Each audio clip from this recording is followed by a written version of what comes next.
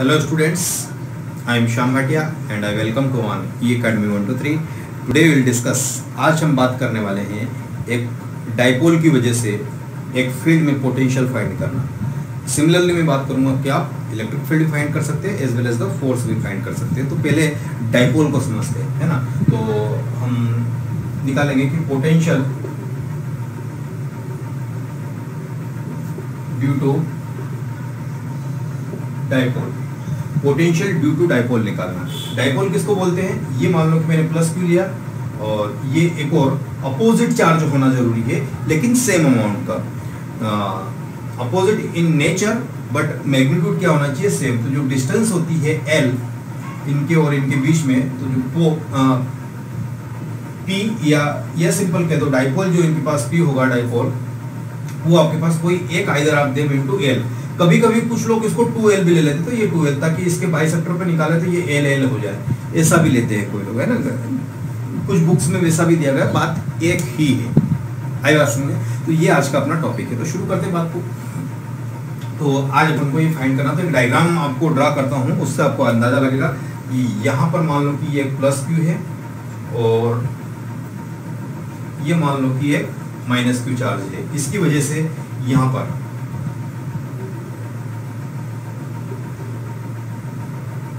ये और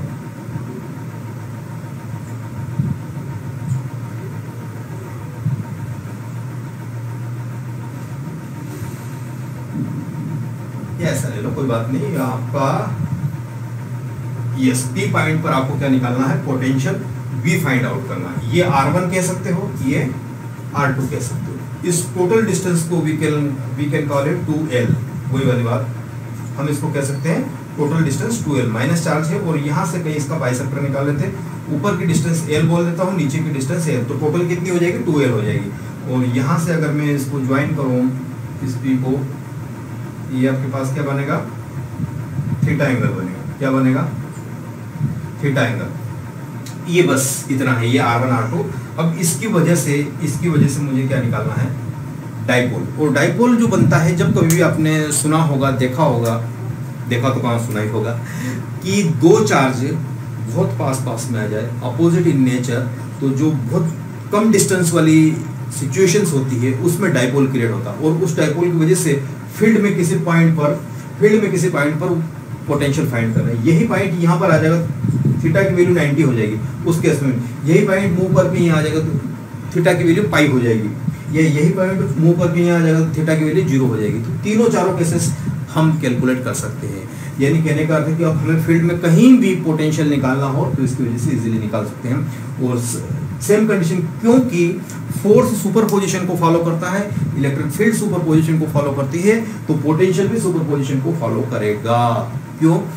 क्योंकि जो होता है सुपरपोजिशन होता क्या चीज है कि इंडिविजुअल जो भी होता है उनका सम, वेक्टर सम उनके इक्वल होना चाहिए। यानी कहने का अर्थ है कि ये जो चीज आ रही है ये K Q, और किसी पॉइंट पर पोटेंशियल क्या होगा? इसकी वजह से, इस Q चार्ज की वजह से यहाँ पर पोटेंशियल कितना होता है? R। ये कितना? 1 है।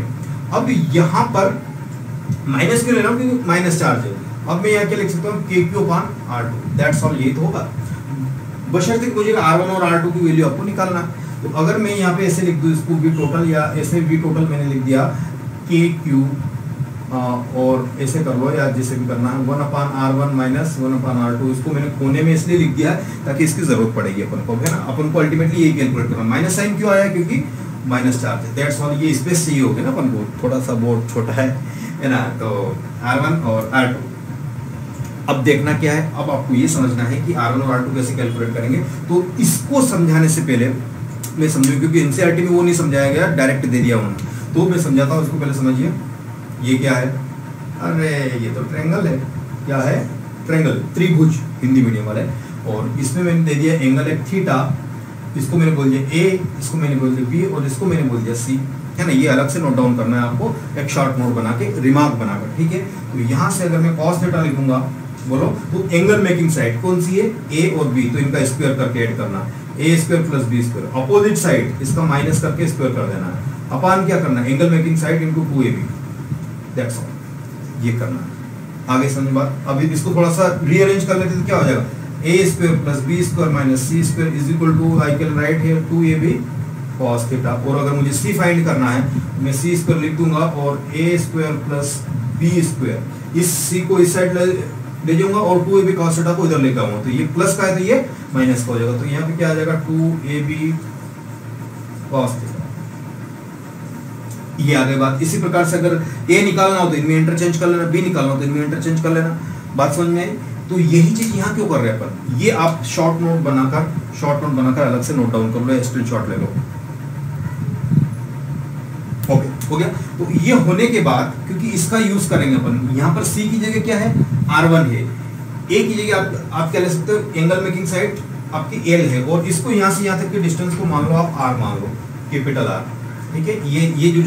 ये जो डिस्टेंस है यहाँ से यहाँ तक की r हो गई। तो ये दोनों r1 r और l और तीनों साइड मिल गई, और ये थीटा भी मिल गया। तो मैं r1 निकालूंगा यहाँ से, क्योंकि r1 मुझे यहाँ पुट करना है टोटल वोल्टेज या टोटल पोटेंशियल फाइंड आउट करने के लिए। ओके, बात समझ में आई? तो बस स्टार्ट करते हैं। तो अगर मैं इसके सेंस में अगर यही एनालॉजी यूज करके मैं लिखता हूँ, तो c की जगह अगर मैंने मान लो कि r1 लिखा या सिंपल ऐसे भी कर सकते हो, इसका cos थीटा लेता हूँ मैं। देखो इसका cos थीटा लिया मैंने, तो इसके सामने वाली जो है ये c की जगह, यहाँ के ये क्या माइनस करूँ, इसको बनाने वाली कौन कौन से आम है, एक l है और एक r है। तो l square plus r square, सामने वाली r1 का स्क्वायर, अपान में क्या करूंगा 2l into r into cos theta.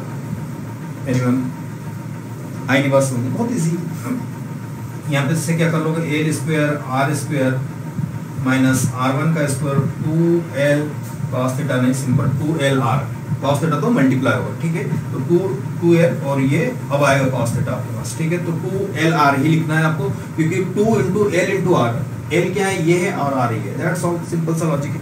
अब इसको और ये इसी प्रकार से आप रीअरेंज करके लिख सकते हो। तो क्या आएगा आपके पास आ जाएगा, यहीं पे मैं लिख देता हूँ, r1 का स्क्वायर इज इक्वल टू कितना आ जाएगा, ये l square plus r square, ये minus 2lr cos theta. Yes और नो, ये स्टेप्स आपके पास आ जाएगी नहीं ये स्टेप्स, बस इतना नोट डाउन करो, इतना समझो, उसके बाद आगे की स्टेप लेते हैं। इतना आया समझ में? चलो ठीक है, तो इनको हटाता हूँ मैं और लास्ट स्टेप इसकी रखता हूँ ताकि आपको याद रहे। चलो बात आगे बढ़ती है। तो यहाँ पर क्या आता है, r1 का square is equal to l square plus r square minus 2lr cos theta. कितना आ गया, 2lr cos थीटा आ गया। ये एक इम्पोर्टेंट इक्वेशन है, ये डायरेक्टली एनसीईआरटी में लिखी हुई है। उन्होंने ये ट्रायंगल वाला ये ऐसा कोई तामझाम नहीं समझाया है, तो आपको मैंने उसको एक्स्ट्रा समझाया कि ये स्टेप आई कैसे, ये स्टेप ऐसी है। तो एनसीईआरटी में डायरेक्टली यहाँ से स्टार्टिंग की है बाय ज्योमेट्री लिखकर, तो आपको ध्यान रहे ये यहाँ पर है। इसी प्रकार अब देखो ये एंगल कितना हो जाएगा, ये मैंने इसको हटाया, ये एंगल, ये टोटल पाई है तो ये पाई माइनस थीटा हो जाएगा।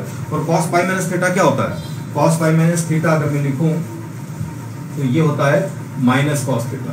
क्या होता है, माइनस कॉस थीटा। तो यहाँ पर r2 को लिखूंगा, अब सिमिलरली करके लिख सकता हूँ, इतनी पूरी कहानी नहीं लिखने वाला हूँ पूरी, जो कि मैं समझे।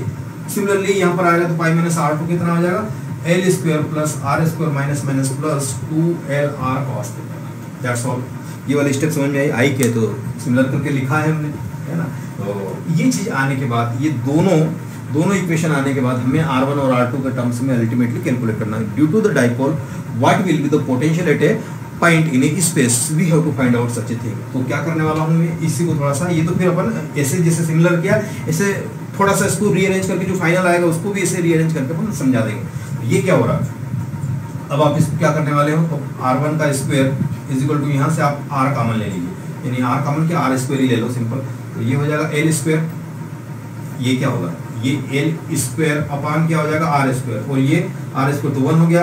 और यहाँ देखो 2lr cos थीटा, और यहाँ से r स्क्वायर कॉमन लिया तो ये अपान में r स्क्वायर जाएगा, तो एक r से एक r कटा। यस और नो। तो इस स्टेप को मैं थोड़ा सा और आगे लिखता हूँ, तो ये r स्क्वायर, और ये देखो इसको मैं बताता हूँ, l क्या है, ये l तो ये वाली छोटी, और ये कभी कभी मिलीमीटर इवन माइक्रोमीटर में भी होती है, बहुत छोटी। और इसका जब स्क्वायर करके r स्क्वायर, ये वाला r 5 मीटर 10 मीटर तक भी हो सकता है, 2 मीटर 3 मीटर भी हो सकता है, इवन 1 मीटर भी हो सकता है। तो ये बहुत बड़ी है। तो जब इस छोटी संख्या का स्क्वायर करेंगे तो ये क्या हो जाएगी, और भी छोटी हो जाएगी, और ये बड़ी संख्या का स्क्वायर करेंगे, यानी पॉइंट्स के बाद वाला, डेसिमल के बाद वाला, यानी मान लो कि अगर मैंने कहा कि 0.5 को मैं अगर स्क्वायर करता हूँ तो ये और छोटा हो जाएगा, लेकिन 2 का स्क्वायर करूंगा तो ये और बड़ा हो जाएगा। यानी जो 0 से यानी 1 से छोटी वाली संख्या उनका स्क्वायर और भी छोटी है। तो कहने का अर्थ है कि ये बहुत छोटी क्वांटिटी, इसको मैं 0 मान सकता हूँ। क्यों? हाँ, मान इसलिए सकता हूँ कि ये 0.0005 आया थी, तो अपने आंसर पे क्या फर्क पड़ा? अगर इसकी कैलकुलेशन भी करेंगे तो फिर भी अपन को नेगलेक्ट ही करना है इतनी वैल्यू को, क्योंकि इससे कोई फर्क नहीं पड़ने वाला है। ठीक है, तो मैं इसको रीअरेंज करके लिख सकता हूँ 1 - 2l cos थीटा, और अपान में एक r बच गया, ये एक r लिख दिया। यस, ये किसी स्टेप में दिक्कत इसको। अब आप क्या कर सकते हो, इसको r1 को यहाँ से खोल दीजिए, तो ये क्या बन जाएगा, अंडर रूट में क्या लिखोगे आप, r स्क्वायर, और यहाँ पर आ गया 2l cos theta upon r, ये स्टेप आई। अब यहाँ से और मैं इसको रीअरेंज कर सकता हूँ, r1 इक्वल टू क्या कर सकता हूँ, r को मैंने बाहर निकाला और अंडर रूट के अंदर मैंने सिर्फ इसी को रखा, 1 - 2l cos theta upon r। Yes, ये रखा, ये तो r स्क्वायर था, तो बाहर आ गया। हाँ, बाहर आ गया। चलो इतना कॉपी करो, फिर आगे मैं प्रोसीड कराता हूँ। यहाँ स्क्रीनशॉट ले लो, बात एक ही। चलो ये हुआ। अब मैं इसकी लास्ट स्टेप रखता हूँ और थोड़ा सा इसको मैं सॉल्व करता हूँ। ये वाली लास्ट स्टेप मैंने रखी और अब इसको सॉल्व करते हैं। तो अभी मेरे पास आ रहा है r1 इक्वल टू कितना आ रहा है, r1 इक्वल टू r, और ये कितना, इसको ऐसे भी तो लिखा जा सकता है 2l cos theta upon r की पावर कितनी हो जाएगी, 1/2।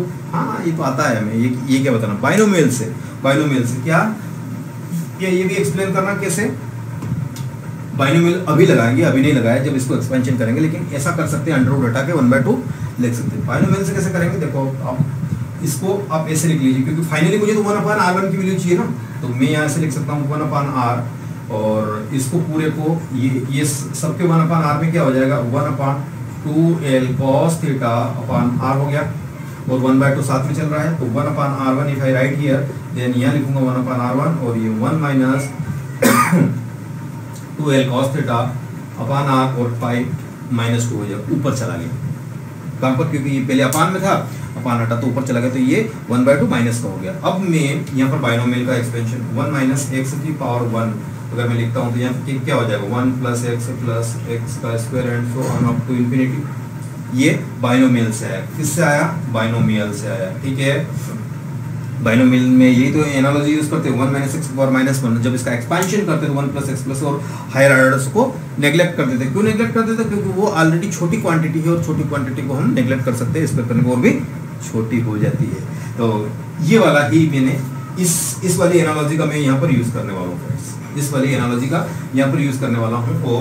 और मैं 1/r1 की value if I write here, तो 1/r1 तो आएगा ही आएगा, और यहाँ पर मैं लिखूंगा 1 माइनस, अब ये जो -1/2 के मल्टीप्लाई यहाँ पर हो जाए, तो माइनस इंटू -1/2 इंटू कितना आ रहा है, 2l cos theta upon r। ठीक है, ये वाली स्टेप्स मैंने लिखी, तो माइनस प्लस हो जाएगा, माइनस प्लस हो जाएगा। ठीक है, और फिर क्या हो जाएगा, 2 से 2 कैंसिल हो जाएगा, तो मार्क को वापस नोट डाउन कर लो इतने को। चलो ये हुआ नोट डाउन। ये मैं इसको ऊपर लेके और थोड़ा सा प्रोसीड करता हूँ, देखिएगा। अब यहाँ से मैं अब लिखने वाला हूँ क्या, 1/r1 इक्वल टू 1/r, और माइनस प्लस। ठीक है, तो 1 प्लस हो जाएगा, माइनस प्लस, और 2 से 2 कैंसिल हो जाएगा, तो कितना आ जाएगा ये आपके पास, 1 + l cos थीटा अपान कितना आ रहा है, r तो आई, ये आया। अब स्टूडेंट्स आपको ये देखना है कि जो मैंने 1/r2 के सेंस में करा था, 1/r2 के सेंस में करा था, वो क्या था, वो भी तो ऐसा ही कुछ था, लेकिन वहां पर माइनस था, cos π - थीटा इज माइनस। तो यहाँ पर सिमिलरली करके मैं क्या लिख सकता हूँ, 1/r2 करके यहाँ पे 1/r, और सिंपल ऐसा लिख सकता हूँ कि 1 प्लस, तो यहाँ पे क्या हो जाएगा, minus cos theta upon r लिख सकता हूँ। यस, यहाँ प्लस है तो यहाँ माइनस। सिमिलर उसकी भी कैलकुलेशन करूँगा तो आएगा ही, तो इतना ही। अगर आपको कैलकुलेशन करनी, तो आप जब आप इसको प्रैक्टिस कर रहे होंगे तो आपको कैलकुलेशन कर लेना, आपका भी यही आएगा, तो उसमें टाइम वेस्ट करने की जरूरत नहीं। बस ये r1 और r2 की वैल्यू इसमें रख दो। v टोटल जो है Vp पोटेंशियल एट P निकालना है मुझे, इसकी वजह से तो मैं क्या लिखूंगा, यहाँ पर मैं लिखूंगा KQ, तो KQ तो है से आपके पास। अब देखिए 1/r1 की वैल्यू कितनी आ गई, तो 1/r1 की वैल्यू आई है 1 + l cos theta upon r। फिर -1/r2 की वैल्यू कितनी आ रही है, -1/r और 1 minus L cos theta upon r। ठीक है, ये वाली बात सिंपल 1/r1 और 1/r2 की वैल्यूज मैंने पुट करी, दैट्स ऑल, नथिंग बट। तो ये 1/r1 1/r1 दोनों से बाहर निकाला मैंने, k³ अपॉन r। अब यहाँ पे क्या आ जाएगा, 1 plus L cos theta upon r आ गया, और ये बाहर निकला, तो ये कितना हो जाएगा, ये तो -1 ही रहेगा, लेकिन ये माइनस माइनस क्या हो जाएगा, प्लस हो जाएगा यहाँ पे। तो ये क्योंकि माइनस अंदर से मल्टीप्लाई होगा तो ये प्लस हो गया, तो यहाँ पे क्या आ जाएगा, एल cos थीटा आ जाएगा, यस और नो।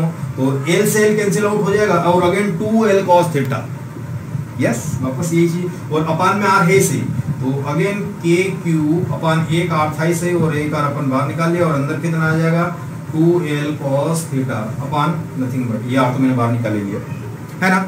ये चीज आई समझ में, इसको भी कॉपी कर लीजिएगा, बहुत आसान है, बहुत इजी स्टेप्स में अपन बात कर रहे हैं, और बिल्कुल जहाँ कहीं समझ में ना आए स्टेप तो जस्ट कमेंट करना है नीचे आकर, बिल्कुल मैं आपको समझा दूंगा, है ना। तो ये स्क्रीनशॉट लेने के बाद अभी अपन यहाँ पर आ रहे हैं, लगभग आ गया आपके पास। अब मैं इसको लिखने वाला हूँ कि v p = I will write here k³ अपान क्या आ जाएगा, r², और यहाँ पे आ जाएगा 2l और cos थीटा, है ना।